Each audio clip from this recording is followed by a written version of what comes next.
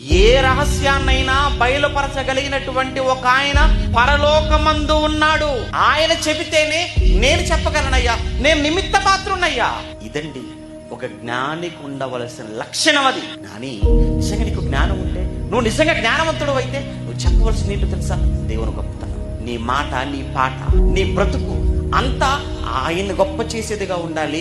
ఆయన గొప్పతనాన్ని సమాజానికి చూపించేదిగా ఉండాలి. కానీ ఈరోజు అలా ఎక్కడుంది చెప్పండి?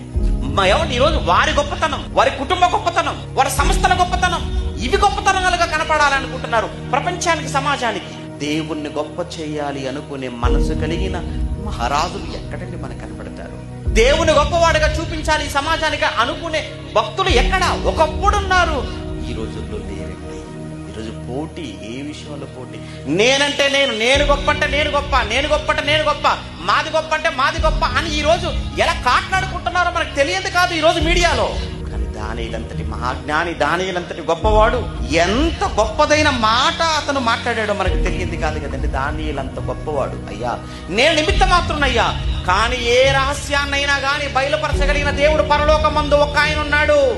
ఆ ఇట్టి మర్మమును బయలుపరచగలిగిన దేవుడు పరలోకములో ఉన్నాడయ్యా.